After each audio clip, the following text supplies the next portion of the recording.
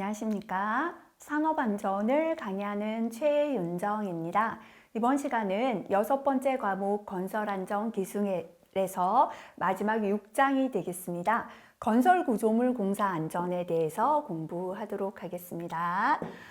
첫 번째 콘크리트 타설 작업입니다. 콘크리트 타설 작업 시 준수사항, 그죠? 지난주에 우리가 이제 형틀이었죠. 거푸집을 이렇게 집 모양으로 거푸집을 이렇게 만들어 놓으면요. 여기다 이제 콘크리트를 부어 넣어야죠. 그리고 골고루 타설한다 라고 합니다. 그죠? 그리고 콘크리트가 굳어질 때까지 그대로 두는 걸 양생한다 라고 합니다. 이렇게 양생이 다 되어서 콘크리트가 굳어지면 밖에 이제 거푸집하고 동바리를 제거를 하면 되겠죠. 그죠? 그럼 이제 콘크리트 벽체가 나오게 되는데요. 오늘은 콘크리트를 타설할 때 지켜야 할 준수사항이 되겠습니다.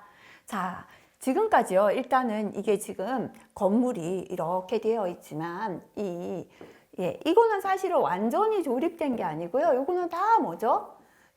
거푸집을 여러 개 조립을 해서 이제 사각형 모양을 만들어 놓은 거고요. 이 천정을 떠받치고 있는 건 다 뭐죠?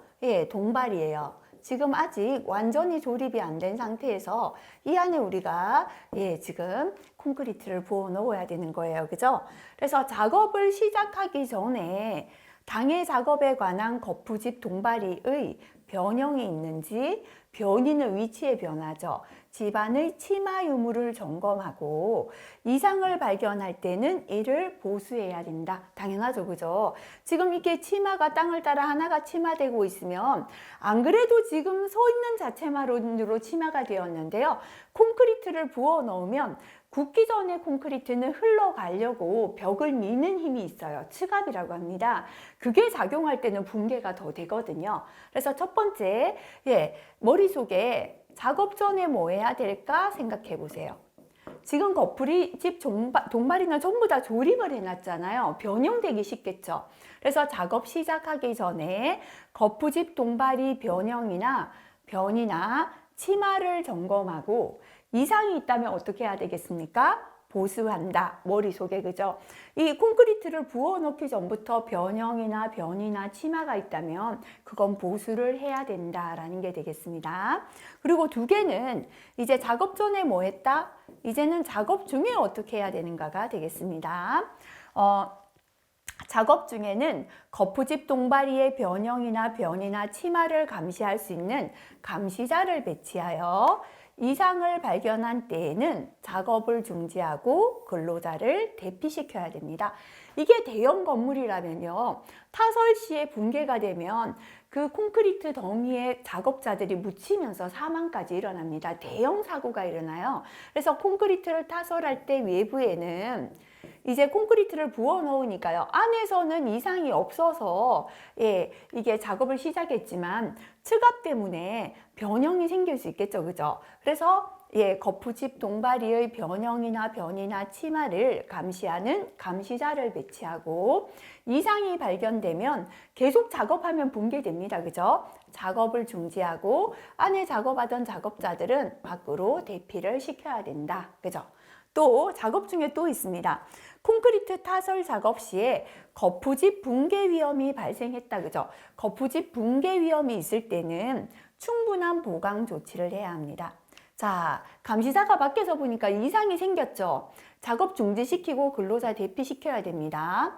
이게 붕괴될 우려가 있다 할 때는 다시 다 고정을 시켜야죠. 그죠? 이렇게 거푸집 붕괴 위험 발생 우려 있을 때는 충분한 보강 조치를 한다. 이렇게 두 가지가 작업 중이다 보시면 됩니다. 자, 이제는요. 타설이 다 끝났어요. 콘크리트가 굳어질 때까지 그대로 둬야 된다 그랬죠. 이거를 양생이다 라고 했잖아요. 설계 도서상에 콘크리트의 양생 기간을 준수하여 거푸집 동바리를 해체하라. 그죠? 양생해야 되는 기간을 충분히 지켜서 해체해야지 충분히 양생이 안 된 상태에서 거푸집 동바리 해체해서는 안 된다라는 내용 되겠습니다. 다섯 번째, 콘크리트를 타설할 때는 편심이 발생하지 않도록 골고루 분산해서 타설하라. 한쪽만 콘크리트를 많이 타설해서 이쪽에만 하중에 치우치게 되어서는 안 된다는 거죠. 골고루 그죠? 편심이 발생되지 않도록 타설하라라는 내용이 되겠습니다. 자, 요거는 실기까지도 출제가 되니까요. 조금 봐주시면 좋겠습니다. 콘크리트 타설 시 안전 수칙에서 필기에 간혹 나와요. 손수레를 이용해서 콘크리트를 운반할 때 준수할 사항입니다. 손수레를 타설하는 위치까지 천천히 운반하여 거푸집에 충격을 주지 않도록 타설합니다. 손수레에 의하여 운반할 때는 적당한 간격을 유지하여야 하고 뛰어서 안 되고 통로 구분을 명확히 해야 합니다. 손수레 하나가 타설이 다 끝나면 한 대가 와야죠. 빨리 와서 뒤에서 한 10대 기다리면 뒤에 이제 콘크리트는 굳어지기 시작하면 강도 저하 생깁니다. 그래서 적당한 간격을 유지하고요. 운반 통로에 방해가 되는 것은 즉시 제거합니다. 요즘은 손수레 운반도 거의 안 하니까 그죠? 자, 그 다음에 여기서 내부 진동기 사용 방법 한번 볼게요. 이제 콘크리트를 부어놓고 나면 진동으로 다져줘야 됩니다. 이때 사용하는 게 내부 진동기입니다. 진동 다지기를 할 때는 내부 진동기를 하층의 콘크리트 속으로 0.1m 정도 찔러 넣는다. 필기에는요, 하층의 콘크리트 속으로 찔러 넣어서 안 된다. 그죠? 이렇게 나와요. 이거 틀렸는 거죠. 그죠? 내부 진동기를 콘크리트 속으로 0.1m니까 10cm 정도 찔러 넣어서 다져야 된다가 맞습니다. 내부 진동기는 연직으로, 수직이죠. 그죠? 항상 기계가 밑으로 들어갈 때는 연직, 수직이어야 합니다. 기울어지면 날이 부러지는 사고 나니까요. 내부 진동기는 연직으로 찔러 넣고 간격은 진동이 유효하다고 인정되는 범위의 지름 이하로 일정한 간격으로 하고 삽입 간격은 보통 0.5m 이하, 50cm 이하로 여기 다지면 50 정도 떨어져서 또 다지고 이렇게 하는 거죠. 한 개소당 진동 시간은 다짐할 때 시멘트 페이스트가 표면 상부로 약간 부상, 떠오르기까지 다집니다. 내부 진동기는 콘크리트로부터 천천히 빼어서 구멍이 남지 않도록 해야 합니다. 항상 진동기를 넣을 때도 그렇고 뺄 때도 그렇고 천천히 빼낸다. 요거 기억하시고요. 내부 진동기는 콘크리트를 횡 방향으로 이동시킬 목적으로는 사용하지 않아야 돼요. 진동기는 그대로 진동으로 다지는 거지 옆으로 이동시키기 위하여 진동기 써서는 아니 된다라는 겁니다. 진동기의 형식이나 크기나 대수는 1회에 다짐하는 콘크리트의 전용적을 충분히 다지는 데 적합하도록 부재 단면의 두께, 면적, 1시간당 최대 타설량, 굵은 골재 최대 치수, 배합, 특히 장골재율, 콘크리트 슬럼프를 고려해서 선정하는 게 좋다. 그죠? 제가 동그라미 쳤는 내용 정도 한번 보시면 되겠습니다. 자, 그리고 너무 진동기는 적절히 사용하고요. 지나친 진동은 거푸집 독의 원인이 될 수 있어요. 그래서 너무 지나치게 진동하는 건 거푸집이 붕괴되는 원인이 되니까 적절한 진동으로 다져야 한다라는 게 되겠습니다. 자, 쇼크리트가 뭔지만 볼게요. 쇼크리트란 컴프레셔 혹은 펌프를 이용하여 노즐 위치까지 호스 속으로 운반한 콘크리트를 압축 공기에 의해 시공면에 뿜어서 만드는 콘크리트. 그래서 뿜어 붙이는 콘크리트를 쇼크리트라고 합니다. 왜 우리 페인트 도장할 때도 이렇게 손으로 뿜는 거 보셨죠? 그렇게 콘크리트를 뿜어서 붙이는 걸 쇼크리트라 한다 정도만 아시고요. 나머지 읽으면서 파란색 글자 위주로 한번 읽어봐 주시면 되겠습니다. 자, 그렇게 중요한 내용은 별로 없습니다. 자, 한번 참고로 읽어봐 주시고요. 펌프카에 의한 콘크리트 타설 이런 것도 한번 읽고 지나가 주시면 되겠습니다. 자, 그 다음에 철골공사 안전, PC공사 안전 넘어가겠습니다. 철골공사 작업의 안전인데요. 자, 요거 실기에 나옵니다. 근로자가 수직 방향으로 이동하는 철골 부재에는 답당 간격 얼마 30cm 이내인 고정된 승강로를 설치합니다. 자, 요 승강한다 그죠? 답당 간격은 요거죠. 발이 올라가는 요 간격이 30cm 이내인 승강 설비를 설치해야 된다라는 게 되겠습니다. 철골 작업을 할 때 근로자의 주요 이동 통로에 고정된 가설 통로를 설치하고 안전대 부착 설비를 갖출 때는 그러하지 아니하다. 그죠? 이렇게 승강용 트랩, 그죠? 우리 철골 부재에는 답당 간격이 30cm 이내 되는 승강로 설치하는 거 기억하시고요. 자, 그 다음에 요거는 실기까지 굉장히 잘 나옵니다. 철골 작업을 중지해야 하는 조건. 우리가 악천후 시에는 높이 올라가서 조립 해체하는 작업들 다 중지했잖아요. 철골도 높이 올라가다 보니까 날씨가 나쁠 때 중지해야 합니다. 그죠? 자, 첫 번째 풍속이죠. 바람은 초당 10m 이상일 때 중지합니다. 10m/s 이상 해도 되겠죠. 그죠? 강우량, 빕니다. 그죠? 시간당 1mm 이상입니다. 1mm/h 이상일 때. 그죠? 강설량은 눈이죠. 부피가 크니까요. 시간당 1mm가 아니라 cm 이상일 때입니다. 1cm/h 이상일 때 중지합니다. 그죠? 풍속은 조당 10m 이상, 강우량은 시간당 1mm 이상, 강설량은 시간당 1cm 이상일 때는 철골 작업을 중지한다. 요거는 암기하시면 좋겠습니다. 자, 콘크리트 츠갑인데요. 앞에서 말씀드렸지만 콘크리트에서 츠갑은 이렇게 이제 벽에 콘크리트 부어 넣으면요. 굳기 전에 콘크리트는 자꾸 밀가루 반죽처럼 흘러가려는 힘이 있죠. 벽체를 밀어요. 이 미는 힘을 츠갑이다 라고 합니다. 자, 근데 시험에 가면요. 여기 지금 츠갑이 큰 경우, 작은 경우 이렇게 나와요. 그죠? 자, 그런데 우리 시험에 잘 나오는 것만 기억할게요. 자, 요거 외울게요. 온도나 습도나 철골 철근량은 적을수록 츠갑이 크다. 그죠? 온도, 습도, 철골 철근량은 적을수록 츠갑이 크다. 근데 나머지는요. 클수록 크다다. 이렇게 하면 시험에 대부분 여기서 나옵니다. 외기 온도가 낮을수록 츠갑이 크다. 그 다음에 습도가 낮을수록 츠갑이 크다. 그 다음에 철골 철근량이 적을수록 츠갑이 크다. 자, 낮을수록 적을수록 크다는 세 개밖에 없어요. 온도가 낮을수록, 습도가 낮을수록, 철골 철근량이 적을수록 츠갑이 크다. 나머지는 클수록 크다입니다. 타설 속도가 빠를수록 츠갑이 크다. 콘크리트 비중이 클수록 츠갑이 크다. 그죠? 나머지는 클수록 크다다. 그죠? 자, 그래서 요것도 낮을수록 크다 중에 응겨울 시간은 느린 시멘트가 츠갑이 크다. 천천히 굳으니까 많이 밀어요. 그죠? 자, 요거는 왜 이렇게 암기하라 하는가 하면요. 생각하면 굉장히 혼돈이 돼요. 그리고 교재마다 보면 조금씩 달라요. 왜냐면 한 가지를 가지고 이럴 때는 츠갑이 커진다고 볼 수도 있지만 또 반대로 볼 수도 있기 때문에 의견이 달라요. 근데 산업안전 시험에 이렇게 나옵니다. 그래서 자, 이렇게 암기를 하시면 일단 시험에 나오는 건 해결이 되실 거고요. 실기에 넘어가면 콘크리트의 츠갑이 큰 경우 5가지 적어라 한다면 낮을수록 크다 3가지. 그죠? 외기 온도가 낮을수록 츠갑이 크다. 습도가 낮을수록 츠갑이 크다. 철골 철근량이 적을수록 츠갑이 크다고요. 클수록 크다 2가지.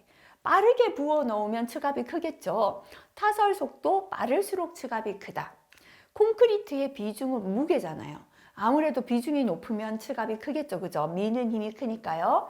콘크리트 비중이 클수록 츠갑이 크다. 이렇게 한 5가지 정도 기억하시면 되겠습니다. 자, 안정성 검토. 이것도 필기보다는 실기 넘어가서 더 잘 나오는데요. 흙막이 지보공의 안정성 검토 사항을 적어라 하는 거나 콘크리트 옹벽의 안정성 검토 사항 적어라 동일하다 보면 돼요. 원래는요. 콘크리트 옹벽의 안전성 검토인데요. 옹벽이 뭔가 하면 일반 벽들은 한번 보세요. 이렇게 물려 있죠. 건물의 벽은요. 다 이렇게 맞물려 있잖아요. 이 벽이 양옆의 벽에 물려 있어요. 그런데 옹벽은 왜 따로 혼자 서 있는 벽체입니다. 아무래도 바람이 불면 흔들흔들 하다가 넘어지고요. 땅으로도 훨씬 침하되기가 좋겠죠. 근데 앞에서 흙막이 지붕이 서 있는 거예요. 흙이 있고 제가 흙을 막아주는 벽체도 이렇게 외따로 서 있죠. 그래서 흙막이 지붕도 옹벽의 한 형태다. 이렇게 보시면 됩니다. 그래서 콘크리트 옹벽에 안정성 검토상, 그죠? 벽이 이렇게 서 있어요. 바람이 불죠. 흔들흔들합니다. 그죠? 첫 번째, 활동에 대한 안정, 흔들리지 않아야 됩니다. 그죠? 자, 그 다음에 두 번째요. 흔들흔들 하다가 넘어지겠죠. 그죠? 두 번째, 전도에 대한 안정, 넘어지지 않아야 됩니다. 비가 와서 땅이 치마가 되면 따라 치마되겠죠. 그죠? 세 번째가 치마에 대한 안정인데요. 요거는 똑같은 말이 집안 지지력에 대한 안정. 지지력이 있으면 치마되지 않는다. 그죠? 그래서 저처럼 벽체를 그려놓고요. 옹벽은 이렇게 생겼죠. 바람 불면 흔들흔들 첫 번째 활동에 대한 안정. 더 심하게 불면 넘어지는 두 번째 전도에 대한 안정. 비가 와서 땅이 패이면 땅을 따라 치마되죠. 치마에 대한 안정 또는 집안 지지력에 대한 안정. 이렇게 세 가지가 되겠습니다. 자, 공작도 포함사항 이런 거 한번 읽어보시고 지나가시면 됩니다. 그 다음에 또 우리가 알아야 되는 게 여기 한 가지 더 있습니다. 구조 안전의 위험이 큰 다음 강목의 철골 구조물은 건립 중에 철골은 세우잖아요. 그러다 보니까 강풍, 바람이 불면 풍압 등 외압에 대한 내력은 철골 구조물이 바람이 불 때 넘어지지 않고 견디는 능력이 내력이에요. 견딜 내자, 힘력자다. 그죠? 설계에 고려되었는지 확인해야 합니다. 자, 그래서 외압, 바람이나 외부에서 압력이 작용할 때 내력, 철골 구조물이 견디는 능력이 설계에 고려되어 있는지 반드시 확인해야 하는 대상이다. 그죠? 요거를 요즘은 이렇게 한글로 풀어 나와요. 근데 과거 기출을 보면 자립도 검토다라고 나왔습니다. 자립도죠. 스스로 서 있을 수 있는 능력을 검토해야 되는 대상. 그죠?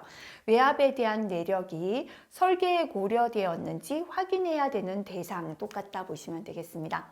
일단은요. 철골이 높이가 높으면 바람 불면 넘어지겠죠. 높이가 20m 이상인 구조물입니다.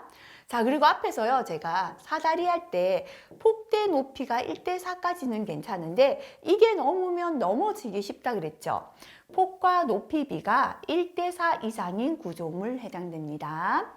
자, 단면 구조가 일정할 때는 덜한데요. 단면 구조에 현저한 차이가 있을 때, 자, 단면이 이렇게 생겼다가 옆에 갑자기 튀어나와요. 이런 부분이 바람 불면 위험하잖아요. 그죠? 이렇게 단면 구조에 현저한 차이가 있을 때고요. 연면적당 철골량이 50kg 평방미터는 50kg per 미터의 제곱 이하. 그죠? 이렇게 연면적당 빼도 됩니다. 이렇게 뒤에 미터 제곱이 연면적이니까요. 그래서 철골량이 줄이신다면 실기에서는 철골량이 빨간색 그죠? 철골량이 50kg per 미터 제곱 이하인 경우 면적당 철골이 50kg보다 더 적게 들어가니까요. 아무래도 힘이 없다는 거죠. 그죠? 기둥이 타이플레이트형인 경우 타이플레이트는 연결 기둥을 뜻해요.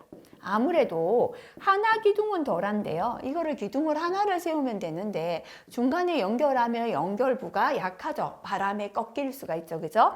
기둥이 타이플레이트형인 경우, 연결 기둥인 경우고요. 이음부가 현장 용접인 경우. 우리가 공장 용접이 있어요. 요거는 용접 결함 검사를 다 해서 결함이 거의 없다고 봅니다. 하지만 현장 용접은 결함이 있을 수 있다. 그죠? 그래서 결함부에서 바람이 불면 또 넘어지는 이런 사고가 날 수 있기 때문에 이음부가 현장 용접일 때 자립도를 확인해야 된다가 되겠습니다. 전체적으로 다시 한번 보겠습니다. 외압에 대한 내력, 풀어서 말하면 강풍이 불 때 철골 구조물이 견디는 능력이 있는지 이 능력을 설계에 고려되었는지 확인해야 하는 대상입니다. 철골 구조물이 스스로 서 있을 수 있는 능력, 자립도를 검토해야 되는 대상하고 동일하다. 그죠?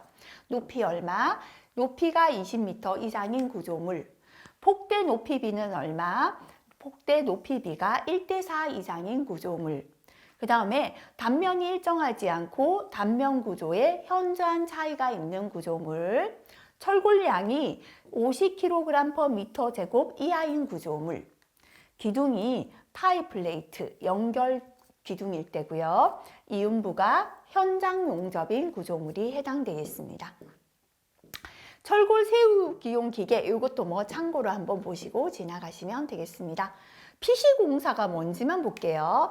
프리캐스트 콘크리트인데요. PC 콘크리트라고 합니다. 공사의 건식화는, 습식화는요, 콘크리트를 부어 넣어서 물기가 있는 공사니까 양생하는 시간이 걸리죠. 건식화는 이렇게 콘크리트가 없는 다른 재료를 이용해서 빠르게, 그죠? 아까 철골 같은 게 건식화가 되겠죠, 그죠?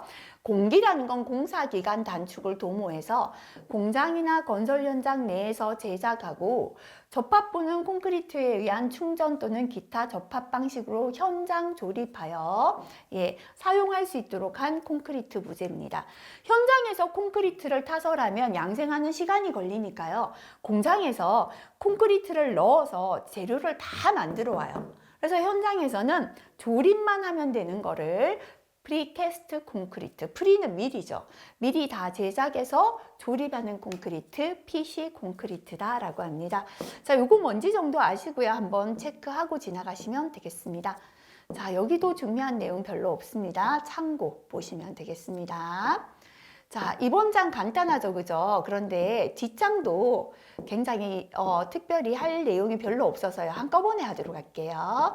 자, 뒷장 넘어가서 역시나 조금 넘어가겠습니다. 네. 운반 하역 작업이죠. 7장입니다. 그죠? 자, 여기서도 앞부분은요. 그냥 참고로 쫙 읽어보시고 파란 글자 있는 정도만 한번 체크하시면 되겠습니다. 자, 한 번씩 필기에 나오는데요. 이거 한 번만 보고 지나갈까요? 철근을 인력, 사람으로 운반할 때 준수할 사항입니다. 1인당 운반 무게는 25kg 정도가 적절하고요. 무리한 운반은 하지 않는 게 좋습니다. 가급적이면 2인 이상이 1조가 되어 어깨 매기, 철근을 어깨에 메고 가는 게 좋고요. 긴 철근을 부득이 한 사람이 운반할 때는 한쪽을 어깨에 메고 다른 쪽 끝은 끌면서, 그죠? 사람이 이렇게 있다면 철근을 한쪽은 어깨에 메고요. 다른 쪽은 이렇게 바닥에 끌면서 가는 게 좋습니다. 자, 운반할 때는 철근은 길쭉하죠. 앞에서 말했지만 양쪽 끝을 이렇게 묶어야지 풀어지지 않겠죠. 그래서 운반할 때는 양 끝을 묶어 운반합니다.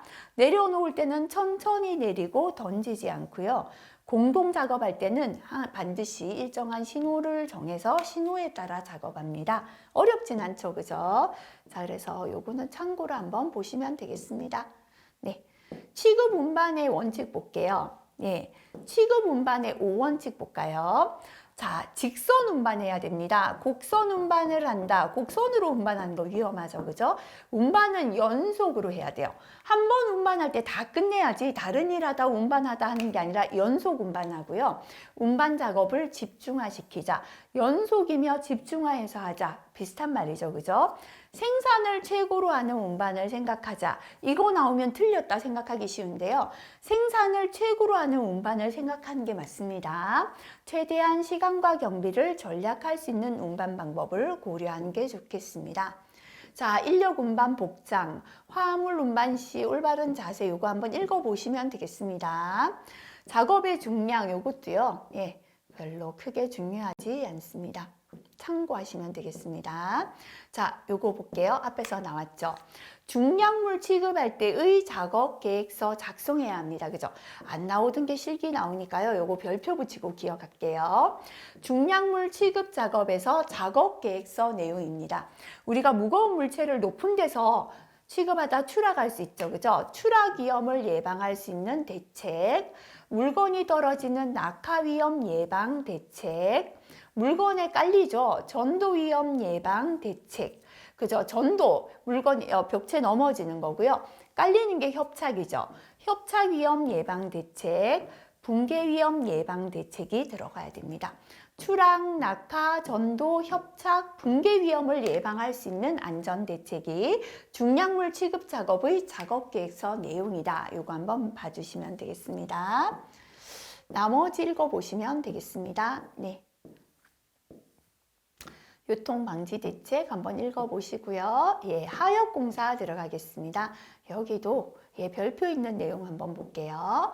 하역 작업장의 조치 기준인데요. 부두나 암벽, 우리가 예, 부두에서 하역 작업을 할 때 하는 장소에 다음 각호 조치를 해야 한다. 그죠? 일단 작업장이나 통로의 위험한 부분에는 안전하게 작업할 수 있는 조명을 갖추어야 합니다. 부두나 암벽의 선을 따라 통로를 설치할 때 통로의 폭은 90cm 이상으로 합니다. 이게 한 번씩 필기 나옵니다.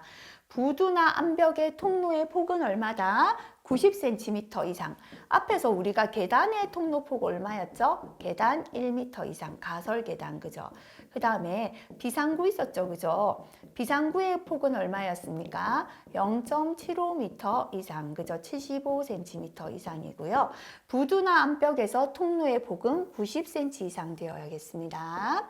육상에서의 통로 및 작업 장소로서 다리나 선거 관문을 넘는 보도 등의 위험한 부분에는 안전 난간, 울타리, 위험해서 안으로 들어가지 않아야 되는 데는 울타리고요. 추락할 우려가 있을 땐 안전 난간을 설치해야 되겠습니다.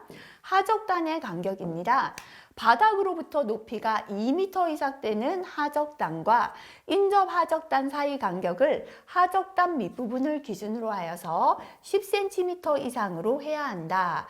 자, 하적단을 2m 이상 이렇게 쌓아놨다, 그죠? 그러면 최소한 10cm 간격을 두고 하적단을 이렇게 쌓으라, 그죠? 요거는 참고로 보시면 되겠습니다.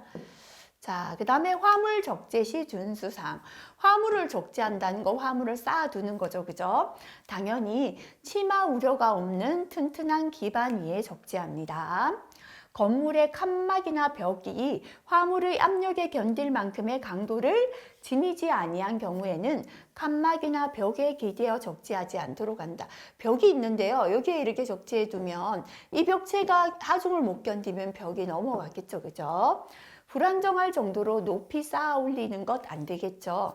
하중이 한쪽으로 치우치지 않도록 골고루 이렇게 쌓아야 되는데 한쪽에만 높게 쌓으면 그게 또 붕괴가 일어난다. 그죠? 자, 한번 읽어보면 되는 내용이죠. 항만 하역 작업의 안전 수칙 한번 보겠습니다. 갑판의 윗면에서 선창 밑바닥까지 깊이가 필기에 한 번씩 나옵니다. 1.5m를 초과할 때는 선창의 내부에서 화물 취급 작업을 할 때 근로자가 안전하게 통행할 수 있는 설비를 설치하라.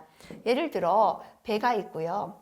이 창고가 2m 있어요. 이 갑판에서 이 선창 내부까지 이 깊이가 1.5m가 될 때는 올라갔다 내려갔다 할 수 있는 통행할 수 있는 설비를 설치해야 합니다.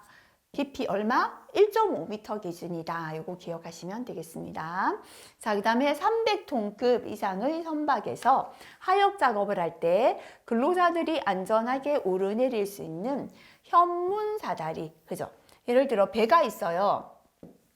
여기에 안전하게 올라갔다 내려갔다 할 수 있는 사다리, 현문 사다리를 설치해야 되는 건 몇 톤이다? 300톤급 이상의 선박에서는 현문 사다리를 설치해야 된다라는 내용입니다. 자, 현문 사다리는 견고한 재료로 그죠? 제작하고요. 너비는 55cm 이상, 요 너비가 55cm 이상 되어야 되고 양측에 82cm 이상 높이로 울타리를 설치해야 되고 바닥은 미끄러지지 않도록 적합한 재질로 처리합니다. 이 현문 사다리는 근로자의 통행에만 사용해야 되고요. 화물용 발판, 화물용 보판으로 사용해서는 아니 된다. 그죠? 자, 요 정도 한번 보고 지나가시면 되겠습니다. 기계화해야 할 인력 작업, 요거 한번 읽어봐 주시고요. 자, 화물 취급 작업 안전 수칙인데요. 섬유 로프의 사용 금지 사항, 그죠? 일단 섬유를 꼬아서 만든 섬유 로프는 꼬임이 끊어진 것 사용할 수 없고요. 심하게 손상이나 부식된 섬유 로프 사용할 수 없습니다. 자, 그 다음에 넘어가겠습니다. 고소작업 안전수칙, 그죠? 이쪽 부분도 가볍게 한번 읽고 지나가시면 되겠습니다. 잘 출제가 안 되는 쪽이다, 그죠? 자, 여기까지 하면요. 우리 7장 내용까지 끝이 났습니다. 어찌 보니까 건설은 앞부분에 법규 부분이 있었죠. 예, 뭐 유해위험 방지 계획서, 산업안전보건관리비, 그 다음에 작업계획서 작성하는 요 부분하고요. 나머지 또 양중기나 기계 파트는 대부분이 기계와 중복이 되었죠. 그것 빼고 나면 뒤에서 비계하고 작업 통로, 가설 통로 설치하는 부분, 그죠? 그래서 앞부분 법규하고 설치하는 부분만 공부를 좀 해두시면 예, 나머지 수월한 부분이죠. 대부분 그쪽에서 필기도 잘 출제되고요. 실기 필답형뿐만 아니라 작업형까지 건설이 타 과목보다는 작업형까지 잘 출제되어서 조금 비중이 있다라고 시작할 때 말씀드렸잖아요. 그래서 어쨌거나 건설은 예, 숫자부터 암기하시라 그랬습니다. 숫자가 왜 그런지를 암기가 끝나고 나면 서술되는 건 자꾸 보다 보면 된다 말씀드렸습니다. 이번 시간은 크게 중요한 내용 별로 없었습니다. 별표 있는 내용 위주로 다시 한번 정리하고 마무리해 주시면 좋겠습니다. 수고하셨습니다.